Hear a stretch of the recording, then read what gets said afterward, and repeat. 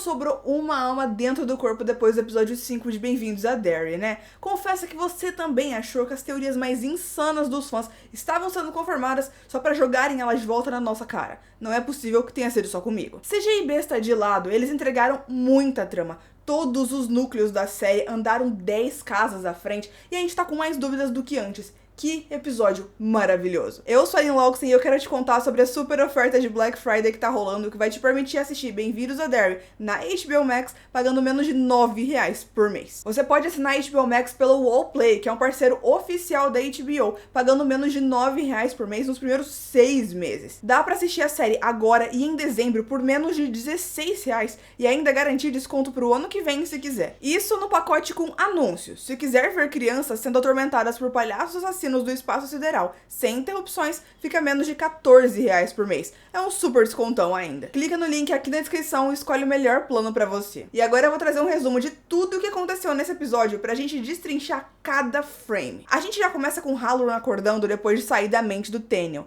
Ele tá abalado e claramente mal, mas não tão ruim quanto o coitado do Daniel, que tá tendo uma convulsão espumando pela boca. Halloran chama os guardas, General Shaw entra e manda que o levem pra enfermaria. Leroy só olhando tudo sério.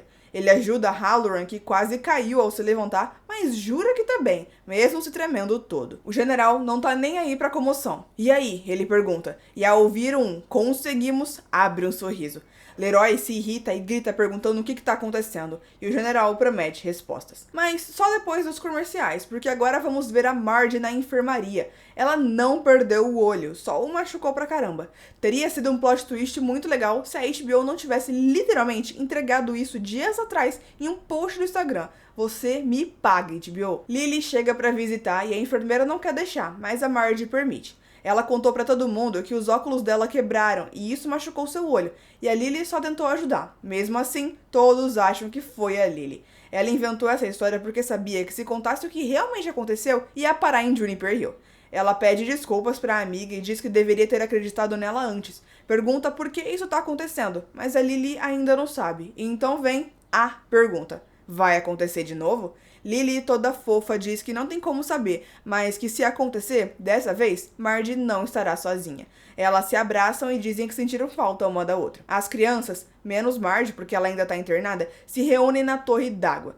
Ronnie diz que se a Marge realmente quer ajudar, ela deveria contar a verdade sobre o que viu pra polícia, o que nem faz sentido, e os outros logo dizem isso, que não vão acreditar. E já que acham que foi a Lily, iriam pensar que a Marge tá protegendo ela. Daí o Rich mete todo mundo acha que foi você, e a Lily fica chateada. Ele tenta explicar que todo mundo acredita nisso, mas eles não. Mas a desculpa é interrompida quando chegam no topo da torre e escutam alguém tossindo de dentro de uma barraca velha que tinha ali. As crianças já ficam assustadas, pegam o que encontram como arma e lá vem a surpresa. De dentro da barraca sai Matt, todo sujo e acabado. Me ajudem, ele pede e desaba no chão. Pra quem não lembra, Matt foi a primeiríssima vítima dessa série aqui. Ele, entre aspas, morreu na primeira cena de abertura, lá no episódio 1. Nessa hora eu tava em absoluto choque e mais desconfiada que galinha comendo omelete, e eu só conseguia pensar na nossa última live de sexta, onde vocês trouxeram no chat essa teoria de que o Matt estava vivo, e eu respondi com o Matt vivo? Impossível, e ele ali, diante dos meus olhos. Mas ao mesmo tempo eu tava desconfiada porque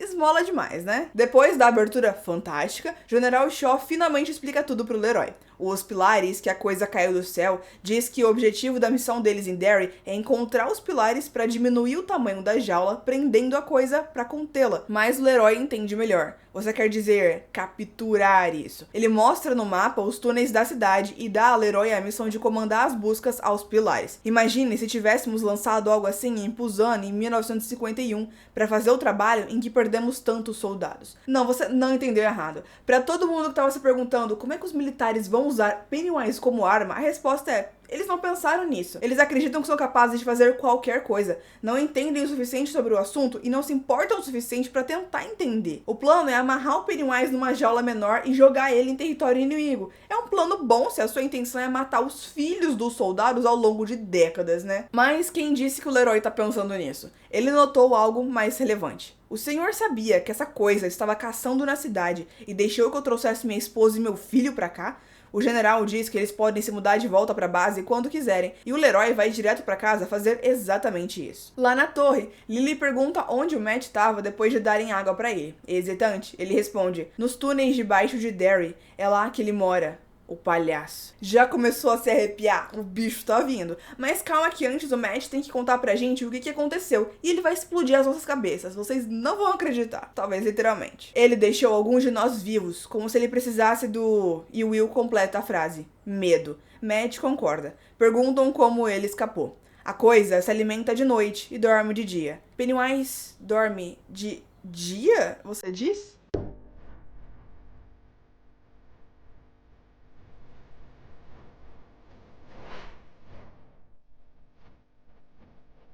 Mas se o Matt diz, a gente acredita, né? Ele continua: eu só esperei e corri. Lily pergunta dos 3 que morreram no cinema. Ted estava morto quando a coisa o arrastou pra lá. O crânio dele estava aberto e a coisa comeu o seu cérebro bem na minha frente. Rach quase vomita. E a Suzy, ela tava sem um dos braços. A coisa só jogou ela e a deixou assim, sangrando e chorando a noite toda até ela parar. Pausa. Eu sou o terror de quem não gosta de referência, porque onde quer que eu olhe, eu vejo easter egg. No livro, o George morreu de choque ou perda de sangue depois de ter o seu braço arrancado. Então, nessa versão aqui, a Suzy teve uma morte igual a dele, só que bem pior, porque demorou muito mais. Matt diz que o Phil ainda tá nos túneis, que não consegue falar nem se mexer, mas que de alguma forma tá vivo. Ronnie quer ir pra polícia. Se ele contar que não foi o Hank que o levou e que o Phil tá vivo, o pai dela pode ser solto. Só que ele recusa. Diz que a polícia o levaria de volta pro pai dele e que preferia voltar aos túneis do que pra casa. Seu desejo será uma ordem, amigo. A Sociedade Secreta dos Filhos de Maturin se reúne. O líder diz que, apesar de saberem que qualquer perda de vida é inaceitável, o ciclo atual tem sido menos pesado que o de 1935 e o de 1908. O cara já prometendo que as próximas temporadas serão piores no quesito de mortes. Que sutileza. Até agora tiveram 25 desaparecimentos, com 7 mortes confirmadas. A maioria crianças, é claro.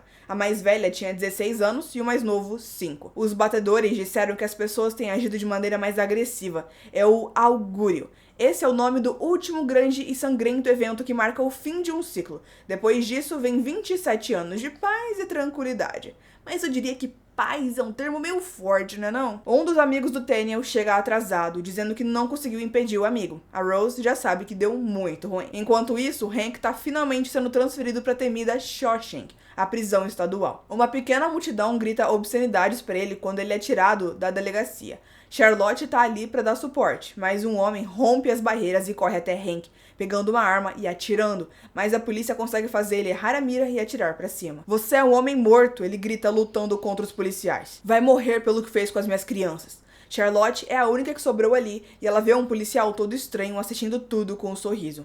Ele a percebe e começa a sorrir pra ela, e é um sorriso bem à moda Pennywise. Do nada, o policial desaparece. O Pennywise aparecendo pra Charlotte, isso aí me surpreendeu. Será que ele finalmente percebeu que ela é a única que tá imune às influências dele ali e resolveu fazer uma visita pra ver mais de perto? O Hank é colocado no ônibus e parte. Em casa, Charlotte liga pro advogado pra confirmar que estão arrumando os papéis pra tirar ele de lá o mais rápido possível. Leroy chega bem na hora. Diz que vai contar algo que parece loucura, mas que ela precisa acreditar nele. Daí eles foram covardes e não mostraram pra gente como é que foi essa conversa, porque eu queria muito ver como ele conseguiu convencer a Charlotte a largar tudo isso e ficar trancada lá na base. Rose chega na base e invade a sala do general. Cadê o meu sobrinho? O Shaw tem a cara de pau de fazer essa carinha de preocupado aqui. Ele está seguro. Assim que terminarmos nossa operação, ele será solto. Eu prometo. Rose não compra essa conversa fiada e ele confessa que mentiu quando disse que as suas memórias de Derry só voltaram quando ele chegou ali. 5 anos atrás, ele tomou um remédio e isso trouxe as memórias de volta. Pausa aqui pra gente falar sobre isso.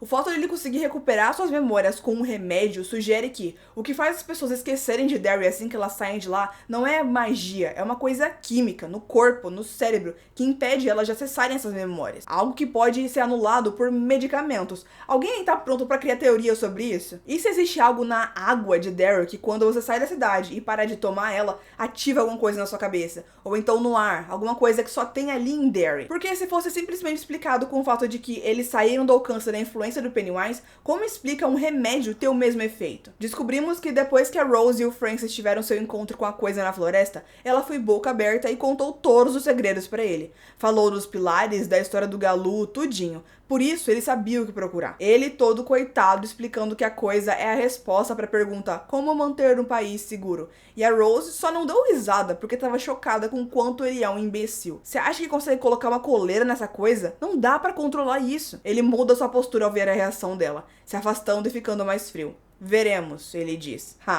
Eu tô ansiosa pra ver, inclusive. Você não estaria fazendo isso se realmente se lembrasse de tudo. Se lembrasse como é olhar nos olhos daquela coisa, de sentir a sua respiração. Você fugiria. Shaw diz que Daniel contou tudo, inclusive onde achar os pilares. Ela duvida, e aqui foi gênia porque ela tava jogando verde e ele caiu. Os túneis abaixo da rua Neibolt. Ele revela e ela reage na hora, parecendo chocada que ele realmente sabe. Mas plot twist, a minha teoria tava certa. Ela reage dessa forma não porque ficou surpresa que o sobrinho dela revelou tudo de verdade, mas porque ela sabe que o que tem naquele endereço que foi passado não são os pilares, e sim é o lar da própria coisa. Ela entendeu qual foi o plano do sobrinho dela. E a cara que ela fez foi porque ela sabe que o Shaw vai fazer o Daniel ir junto com eles. Rose então se oferece para ajudar, para preparar o Daniel para a missão. Ela vai até a sua casa, em um fundo falso muito mal escondido no seu armário, dentro de um cofre. Escondido num pano estava a lasca de rocha que o seu primeiro ancestral usou para se defender de Pennywise. Ela volta e eles permitem que ela veja o sobrinho. Ele conta que entraram na mente dele e então começa a falar no seu idioma. Eles sabem de tudo, mas não se preocupa. Eles acham que... E ela interrompe. Eu já sei. Viu? Ele conseguiu enganar um Halloran e mostrou o lugar errado. Esse aqui foi muito forte. Ele conseguiu resistir à invasão mental por um tempão e mesmo dentro da própria cabeça, enquanto estava sendo enganado ali pelas lembranças, ele conseguiu mentir pro Halloran. Eu amo esse personagem e espero que ele não morra. Coronel Fuller, que estava na porta, manda que eles traduzam o que acabaram de falar. Ela conta que disse aos militares que o Daniel ia precisar da rocha para ajudá-los e que ele é o único que pode usá-la. Ele entende a mensagem, mas o coronel diz que eles vão ficar com a rocha até a missão no dia seguinte. Ela o abraça e sussurra, mantenha por perto e ficará seguro. Leroy, Charlotte e Will já estão se mudando para a base. O garoto preocupado com os amigos e o pai diz que eles vão se ver assim que tudo acabar. Na cidade, Lily vai visitar a casa de Ingrid. Prontos para testar aquela teoria? Ela conta tudo para a mulher, que fica chocada com a chance do Phil ainda estar vivo. Aparece um homem lá atrás, e a gente e a Lily achando que era uma alucinação, mas era só o marido abusivo da Ingrid. Para que esse personagem apareceu? Para Lily poder dizer, olá, senhor Kirsch, confirmando com todas as letras e vírgulas que a Ingrid é a senhora Kirsch, filha de Bob Gray, que apareceu lá em It capítulo 2 como uma alucinação para Beverly. Então, confirmado, Ingrid e senhora Kirsch são a mesma pessoa e ela é a filha do Bob Gray, a versão humana antes do Pennywise assumir a sua forma. Só falta confirmar se ela é a Periwinkle mesmo agora. O cara sai e a Ingrid finalmente demonstra senso comum, dizendo que eles deveriam ir até a polícia, que isso é assunto de adulto. Ela faz a Lily prometer que não vai atrás de Phil, que não importa se ele é amigo ou não vale a pena arriscar a sua própria vida. Mas vamos lá, quando a Lily tava na dúvida, a Ingrid a convenceu a ir atrás do Pennywise. Agora que a Lily com certeza vai se meter lá nos túneis pra ir atrás do Phil, ela vem com esse papo de segurança. Se ela realmente se importasse, ela mesma ia na delegacia e contava tudo que ela sabe ali e mandava os policiais irem pros túneis, porque ela sabe que a Lily vai lá de qualquer forma. Tu não me convence, hein, mulher? Will consegue inventar uma desculpa pra sair de casa. Diz que vai explorar a base, mas tá indo se encontrar com os amigos. Charlotte fica em casa e então vê na TV que o ônibus dos prisioneiros caiu. Tá todo ferrado nas filmagens. Alguns morreram e o Hank fugiu. Enquanto ela corre para fazer uma ligação, o jornalista diz que todos devem se manter longe da rua Neibolt porque houve um vazamento de gás, mas vemos os militares chegando lá. Lily e Marge chegam juntas num encontro na torre. Ronnie não fica nada feliz, mas agora Marge faz parte da trupe. Lily chega no discurso, que eles precisam ir nos túneis para salvar o Phil, e isso vai provar para a polícia que o Hank é inocente. Matt se recusa a voltar para os túneis, e ela mete um. Você disse que preferia voltar para lá do que ir para casa, pois então vai voltar agora e nos mostrar o caminho para ajudarmos o Phil. Isso ou te arrastamos pra polícia. Amiga, agora tu foi grande, hein? Lindo isso. O plano dela é repeteco. Ela pegou mais remédios da mãe e eles vão tomar o máximo que der pra descer lá e não ter medo. Eles morrendo em um suicídio coletivo de overdose involuntária seria um fim inesperado pra série, né? Só que ninguém tá muito convencido, então ela precisa de um discurso motivacional. Meu pai costumava dizer que na vida as pessoas são âncoras ou botes. Elas te afundam ou te mantêm flutuando. Ela consegue convencer eles de ajudar o Phil e bem nessa hora o Will chega. Infelizmente pra ele é voto vencido caso ele queira dar pra trás. E agora chegou uma das cenas mais aguardadas, pelo menos por mim. Os militares entram na casa abandonada da rua Neibolt, com Daniel como guia e ele tá com a rocha na bolsa. O coronel avisou que a criatura assume formas dos maiores medos deles e que se virem algo parecendo ilógico ali dentro, é só pra atirar. Halloran também foi, como um guia alternativo. O Daniel é tipo um GPS e o Halloran é uma bússola para ter uma certeza extra. Ao entrar, ele já diz que tá sentindo algo e logo escuta a voz da sua avó o chamando. Quando chega na hora do Halloran pular numa parte mais funda do esgoto, ele escuta novamente sua avó o chamando. Quando ele pula, cai numa água extremamente profunda e que começa a alucinação. Desesperado, ele nada para a única luz acima dele, saindo em uma banheira. E se você vê isso se perguntando como os soldados estão vendo essa alucinação do lado de fora, para eles, o Halloran pulou na água e desapareceu, como se estivesse lá embaixo, mas não estava. Halloran sai da banheira confuso e a sua avó, mais jovem, aparece. Ele está vindo atrás de você de novo. A porta se abre e o avô dele entra. Uma pessoa que, em vida, o Halloran nunca gostou porque era abusivo com ele. Tanto que ele fica se tremendo todo ao ver o homem ali com uma arma no cós da calça. Oi, Dick. Chegou a hora. Nos túneis, os dois soldados que ficaram para trás tentam encontrar Halloran, mas estão encontrados por outra coisa. Percebem que tem uma forma parada ali antes do tio Sam aparecer na mesma posição? Eu quero você. E ataca os homens. Foi fraca essa cena, né? Podemos admitir que tinha um potencial ali que foi completamente desperdiçado. As crianças chegam na entrada do esgoto e cada uma toma 3 pílulas do remédio. Daniel diz para os militares que eles estão chegando perto. E só aí que o coronel olha para trás e percebe que sumiu Halloran, Leroy, Pauli e mais 2 soldados, só sobrando um com ele. Daniel aproveita a distração e corre. O coronel nem espera e já começa a atirar. Na fuga, a rocha acaba caindo da bolsa dele. Quando percebe, não a encontra na correnteza da água. E aí é sacanagem. Era água parada até chegar ali. Tinha que derrubar Bren logo nesse ponto, sem poder ficar procurando porque continuam atirando pra matar. Daniel foge e deixa a pedra lá. E o Halloran ainda tá preso na sua alucinação.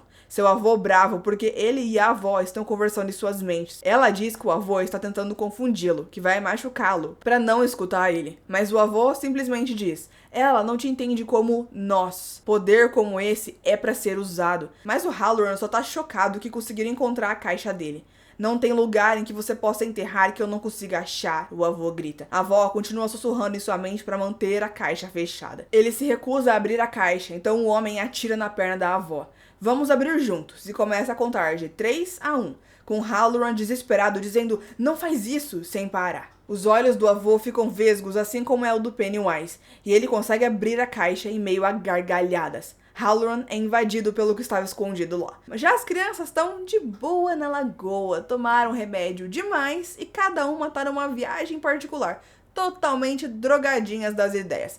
Ninguém se entende, visão turva, luzes fortes. Marge e Rich dão as mãos para ajudar ela a andar. Mas sabe que não parece nada afetado pela droga? O Matt. Eu tô falando que esse menino não tá com uma vibe boa. Leroy e Pauli acabam ficando pra trás e se perdem dos outros. É aí que o Leroy vê a Charlotte toda ferida pedindo ajuda, vindo pra cima dele. Só que o Pauli não tá vendo nada. As luzes falham e uma Charlotte monstro de CGI vem pra cima.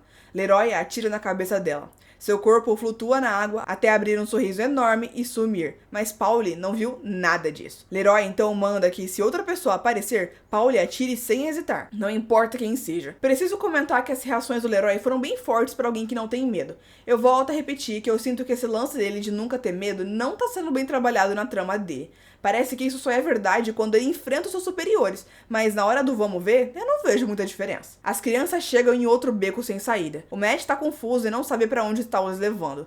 Ali, os corpos das crianças mortas começam a surgir de dentro da água, enquanto Matt se afasta e assiste tudo de longe. Suzy, depois Ted e então Phil. Ops, ele tá mortinho. Teoria cancelada. E é agora, enfim, que o Matt começa a cantar aquela musiquinha do último trailer lançado antes da série sair. Aquela que teve uma dublagem horrenda. Agora que tiveram mais tempo, trouxeram uma tradução muito melhor. Pro subsolo, os túneis vão levar, onde as crianças ninguém vai achar. Foram pra longe ao show se juntar e no mundo lá embaixo eles vão ficar. Tomaram um remédio, perderam o medo, não esperavam encontrar o pesadelo. Ao circo eles foram e não não vou voltar, lá embaixo com o palhaço vão morar. Ele começa a repetir embaixo com o palhaço e a sua voz vai mudando, enquanto a sua aparência vai se transformando no Pennywise, o palhaço dançarino. Prontos para a primeira aparição completa do palhaço? Se abaixem e se escondam, crianças. Que emoção te ter de volta, sua peste. E o remédio não funcionou de nada, porque o grupo grita de desespero e corre enquanto o palhaço corre atrás deles. Lily cai e acaba se separando dos outros. As crianças correm e acabam chegando no mesmo túnel onde estavam Leroy e Pauli.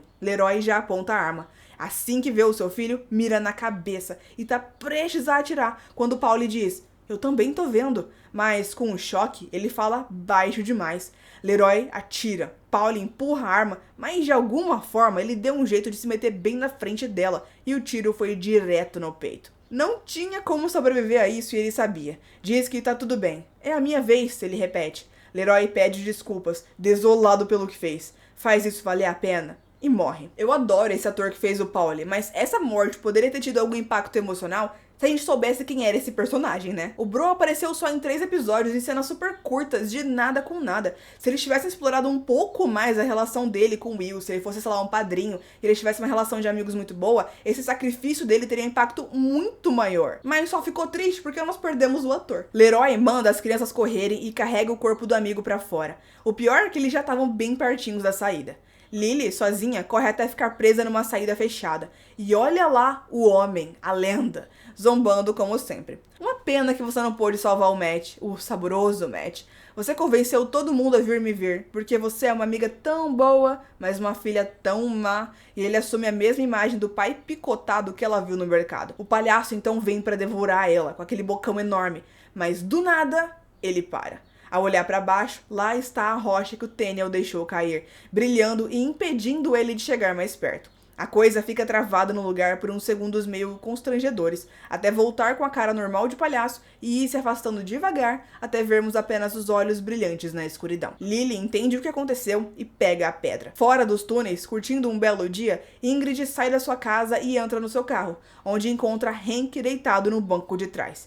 Ele manda ela ficar quieta e dirigir. Assustada, ela obedece. Eles param em uma floresta, onde descem e se abraçam. Pois é, ela é a mulher casada com quem ele tinha um caso. Aqui eu preciso dar pontos pra vocês. Nas nossas lives, vocês começaram as teorias de quem poderia ser essa mulher misteriosa com quem ele tinha um caso. E eu, assim, nunca achei relevante pra história. Não achei que fosse ser importante quem ela era. Mas vocês estavam certos. Apesar de que, pelo menos no meu chat, ninguém acertou quem era a mulher. O pessoal tava apostando que ia ser a mãe do Matt Clements, porque o pai era abusivo e tudo mais, mas não era ela não. Eles dois teriam caso juntos, pode expandir muito mais a teoria sobre as intenções maléficas da Ingrid, porque ela tem um caso justamente com um cara que tá sendo acusado de todos os assassinatos do Pennywise, não pode ser coincidência. Ele conta que alguma coisa atacou o ônibus, mas foi rápido demais e ele não sabe o que foi.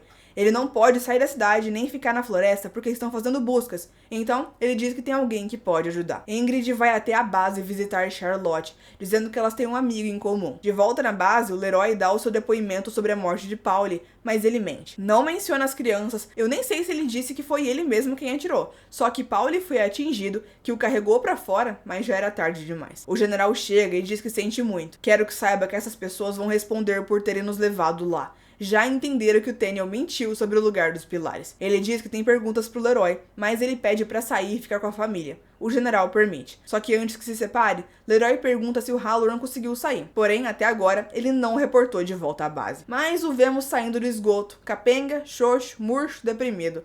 Lá fora, ele vê um soldado cambaleando. Quando vira, é Pauli, recém-morto, com os olhos cinza. E ficou assim. 2 oficiais morreram, o Halloran acabou de sair, o Teniel fugiu e pode ainda estar preso lá dentro dos túneis. Não sabemos se ele está vivo. Provavelmente sim. O coronel e mais um oficial voltaram, Leroy tá vivo e voltou, e o Pauli morreu. 8 pessoas entraram, 4 saíram vivas, uma morte confirmada, só 3 estão desaparecidos. Desses 3, nós sabemos que 2 estão mortos, e só sobra o Teniel, que a gente não sabe o que tá acontecendo com ele. Ao ver o Pauli morto, Halloran reage com choque. Talvez não pela morte, mas por estar o vendo. Então vemos a imagem da caixa aberta no chão do banheiro, com uma luz forte saindo de dentro dela. Vamos tentar entender o que isso significa? Na nossa última live eu já revelei pra vocês, só que eu descobri que esse lance da caixa é uma referência referência a Doutor Sono, que é a continuação oficial de um livro escrito pelo Stephen King para O Iluminado. Eu descobri isso graças ao Luna Walker, que é o nosso residente especialista de Stephen King por aqui. A avó do Halloran ensinou ele a criar uma caixa na sua mente para guardar lá dentro a parte negativa do seu poder de iluminado.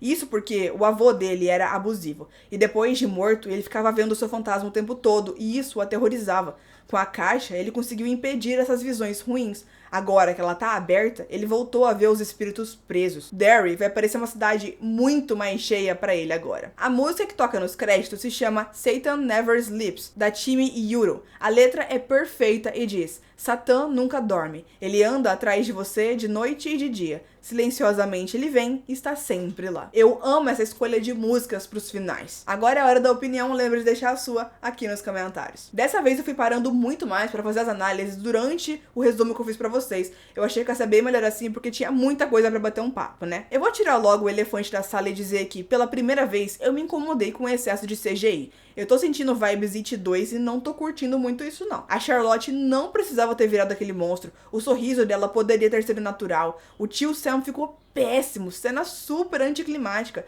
não serviu nem pra dar um susto, já que era óbvio o que tava vindo. Eu senti muita falta desse episódio de ter mais jump scare, de assustar mesmo, sabe? Foi muito interessante e eu adorei, mas existia um potencial dele ser mais emotivo, mais visceral, de pegar a gente de jeito. A morte do Paulie foi decepcionante. Eu sabia que ele ia aparecer no podcast dessa semana na série, então eu imaginei que o personagem dele finalmente teria o seu momento de brilhar. Mas não, ele só vai estar no podcast agora porque não vai poder participar de nenhum outro. Ele foi um personagem muito zero à esquerda. Toda a personalidade dele era que ele era o parceiro, o copiloto do Leroy, e só isso. Tá faltando impacto nas mortes dessa série, como a gente teve lá no primeiro episódio com as mortes das crianças, e aquilo lá foi causado por surpresa e choque. Eu sinto que esse episódio 5 se apoiou demais no plot twist do Matt ser o Pennywise, dele aparecer, de falar que o Phil tá vivo, de brincar com a gente com essas teorias. Eu queria que fosse mais que isso. Agora que eu já reclamei sobre tudo que me incomodou, deixa eu elogiar. Eu quase infartei quando o Matt apareceu vivo aqui nesse episódio. Eu já tava pensando que vocês iam acabar com a minha raça na próxima live dessa sexta-feira que vai ter, falando que eu não acreditei